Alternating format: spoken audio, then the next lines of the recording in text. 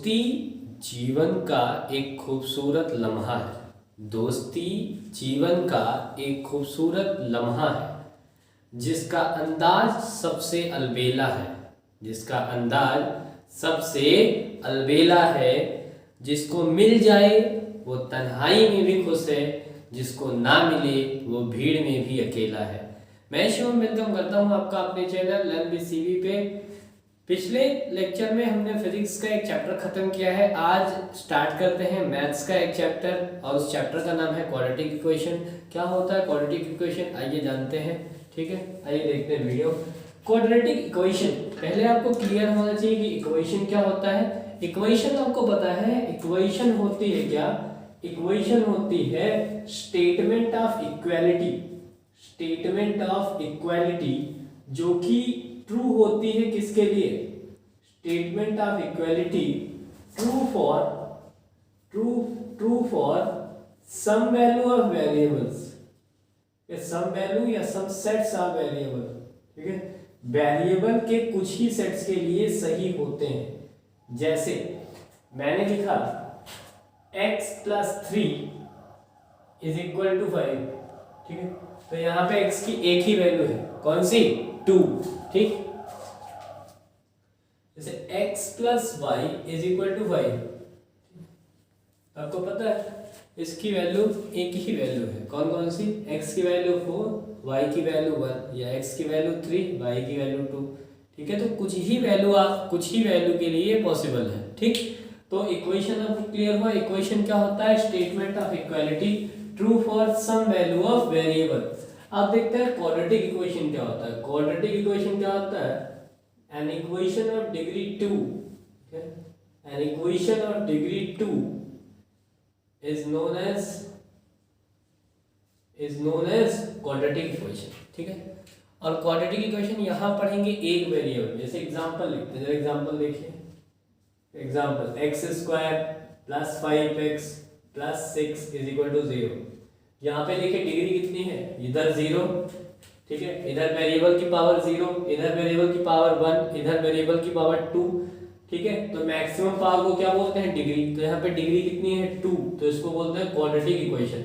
लेकिन ये इतना ही लिखा होता है, 5x + 6 = 0। इसको क्या बोलते हैं? इसको बोलते हैं लीनियर इक्वेशन, इसको बोलते हैं लीनियर इक्वेशन। ठीक, तो क्वाड्रेटिक इक्वेशन क्या होता है? An equation of degree 2 is known as quadratic equation. इसका जो जनरल फॉर्म होता है, क्वाड्रेटिक इक्वेशन का जो जनरल फॉर्म होता है वो क्या होता है? वो होता है ax² + bx + c = 0। ax² + bx + c = 0। यहाँ पे ध्यान रखिएगा, कभी भी a 0 नहीं होगा, a 0 नहीं होगा। अगर कोई इक्वेशन क्वाड्रेटिक है तो उसके लिए a 0 नहीं होगा। ठीक है, अब ध्यान दीजिएगा कि अगर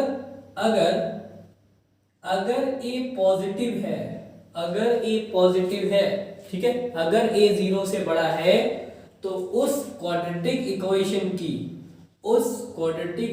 की आप सिर्फ कौन सी वैल्यू बता सकते हो? मिनिमम वैल्यू बता सकते हो, मैक्सिमम वैल्यू नहीं बता सकते। आप कभी मैक्सिमम वैल्यू नहीं बता पाओगे। लेकिन अगर a < 0 है, a < 0 है, उसमें आप क्वाड्रेटिक इक्वेशन की मैक्सिमम वैल्यू बता पाओगे, लेकिन मिनिमम वैल्यू नहीं बता पाओगे। ठीक, जैसे देखिए मैंने आपसे कहा कि एक इक्वेशन है x², एक इक्वेशन है x²। ठीक है, x² = 0 लिखा है। ठीक, क्या ऐसा लिखा है कि एक एक्सप्रेशन लिखा मैंने x², एक एक्सप्रेशन मैंने लिखा x²। मैंने आपसे पूछा, ये एक अलजेब्रिक एक्सप्रेशन था। ठीक, ये अलजेब्रिक एक्सप्रेशन था। यहाँ पे मैंने देखा कि इसका जो कोफिशिएंट है वो पॉजिटिव है, इसका जो कोफिशिएंट है वो क्या है? पॉजिटिव है। तो मैंने आपसे पूछा कि आप इस एक्सप्रेशन की क्या बता दें? आप इस एक्सप्रेशन की मिनिमम वैल्यू बताइए क्या होगी। तो आपने कहा मिनिमम इसकी वैल्यू क्या हो सकती है? इसकी मिनिमम जो वैल्यू होगी वो क्या होगी, वो 0 होगी। लेकिन मैंने पूछा मैक्सिमम वैल्यू क्या होगी, तो आपका जवाब आया कि मैक्सिमम तो कुछ भी हो सकती है, 2 रखेंगे 4 मिलेगा, 3 रखेंगे 9 मिलेगा, 4 रखेंगे 16 मिलेगा, ऐसे ही मिलता रहेगा। यानी इसकी जो मैक्सिमम वैल्यू है, इसकी जो मैक्सिमम वैल्यू है वो, ठीक है, वो डिफाइन नहीं है, वो डिफाइन नहीं है। ठीक, अब यही अगर मैं ऐसे लिखता, ध्यान से समझिएगा, इसी एक्सप्रेशन को अगर मैं ऐसे लिखता, ठीक है, इसी एक्सप्रेशन को मैं ऐसे लिख देता, तब आप कहते कि इसकी जो मैक्सिमम वैल्यू है, मैक्सिमम वैल्यू है वो 0 आएगी। लेकिन मिनिमम वैल्यू क्या आ सकती है, मिनिमम वैल्यू तो कुछ भी आ सकती है, तो इसकी मिनिमम वैल्यू डिफाइन नहीं है, इसकी मिनिमम वैल्यू डिफाइन नहीं है। ठीक, किसी क्वाड्रेटिक इक्वेशन का अगर आपसे कोई पूछे ग्राफ कैसा बनता है, तो ध्यान दीजिएगा, क्वाड्रेटिक इक्वेशन का ग्राफ एक पैराबोला दिखाता है, ठीक है, एक कर्व दिखाता है, ठीक है। अगर a पॉजिटिव है, अगर a पॉजिटिव है तो इक्वेशन का ग्राफ ऐसे चलता है, ये a पॉजिटिव है, ठीक।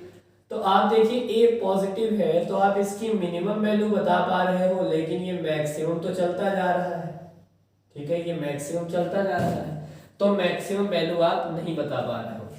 ऐसे देखिए ग्राफ बनता है ऐसे, जब a की वैल्यू क्या हो, 0 से छोटी, a की वैल्यू 0 से छोटी होगी तो आप इसकी मैक्सिमम वैल्यू बता पाओगे, मिनिमम नहीं बता पाओगे, क्योंकि मिनिमम ये तो, ठीक है, बढ़ती ही चली जा रही है, मिनिमम नहीं बता पाओगे। ठीक, ये बात क्लियर हुई। N equation of degree 2 is quadratic equation.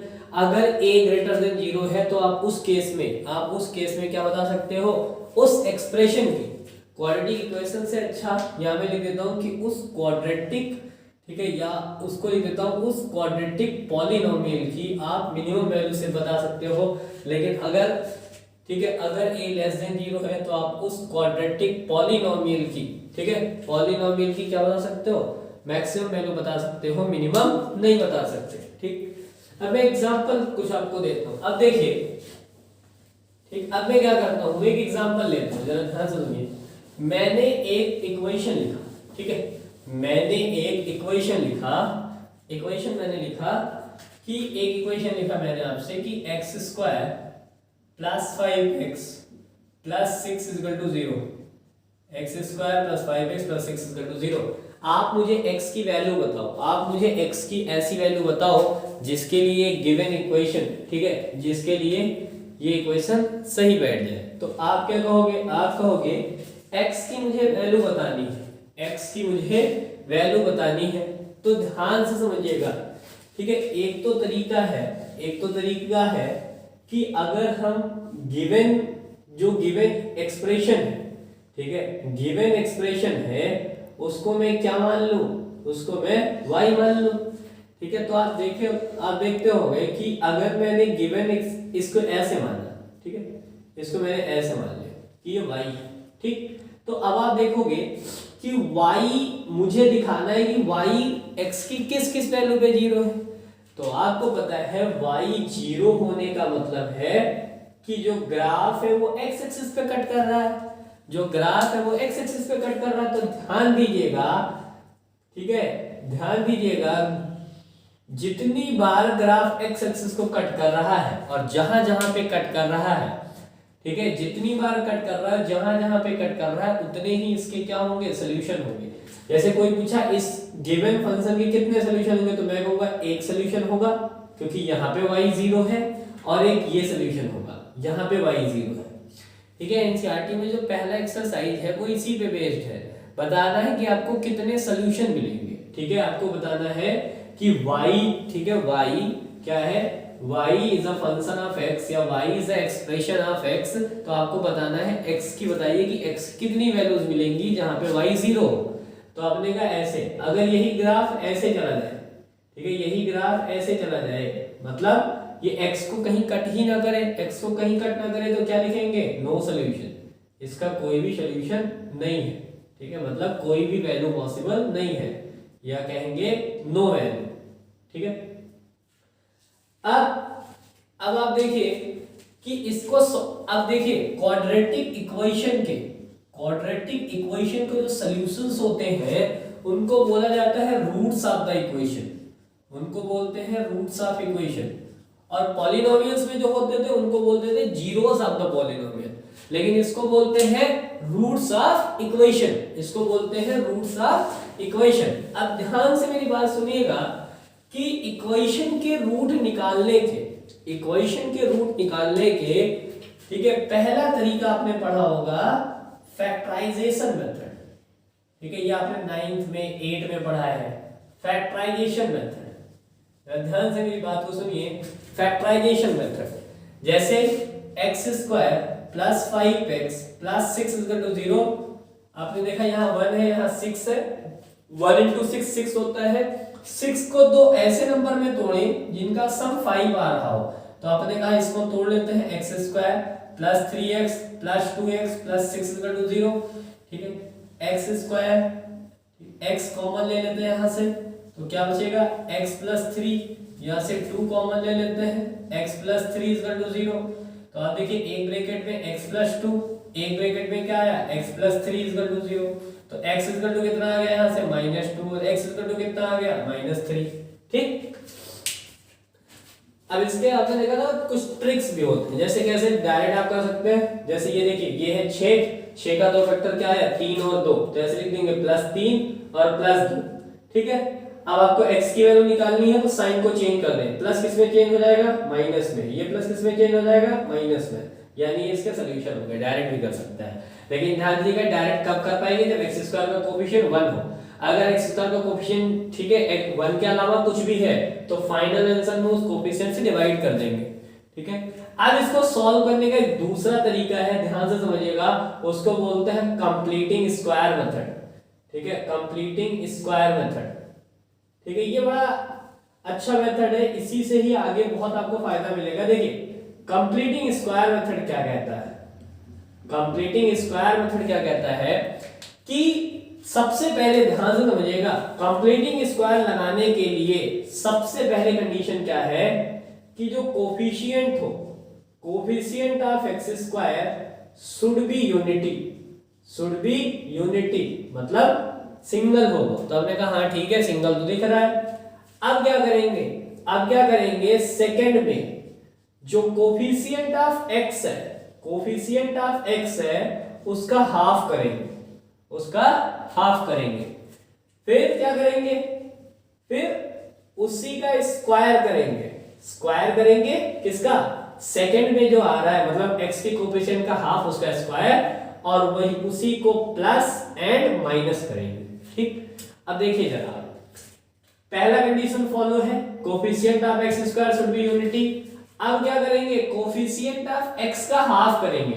तो बताओ x का कोफिशिएंट क्या है, तो आपने कहा x का कोफिशिएंट है 5, और 5 का हाफ करो 5/2, फिर उसका स्क्वायर करो, तो 5/2 का स्क्वायर 25/4, वही ऐड कर दो, वही सब्ट्रैक्ट कर दो, तो x square plus 5x plus 25/4, ठीक है, प्लस 6 माइनस 25/4, ठीक है। अब आप देखिए जरा, अब आप देखिए जरा, आपको पता है ये परफेक्ट स्क्वायर का टर्म है, ये परफेक्ट स्क्वायर का टर्म है, यानी a square plus b square बना, तो बीच में क्या बनेगा, बीच में 2ab अपने आप ही बन जाएगा, बीच में 2ab बन जाएगा। तो इसके जगह पे मैं कितना लिख सकता हूँ, x प्लस 5/2 का होल स्क्वायर, x प्लस 5/2 का होल स्क्वायर, ठीक है। अब आप देखिए जो बचा क्या बचेगा, 6 को 24 -1, यानी कितना हो जाएगा -1/4 is equal to 0, -1/4 is equal to 0, ठीक है। अब देखिए आप इसको क्या लिख सकते हैं, इसको लिख देंगे x प्लस 5/2 का whole square is equal to 1/4, is equal to 1/4। अब इसी को मैं यहां सॉल्व करता हूं, जरा देखिए, इसी को मैं यहां सॉल्व करता हूं।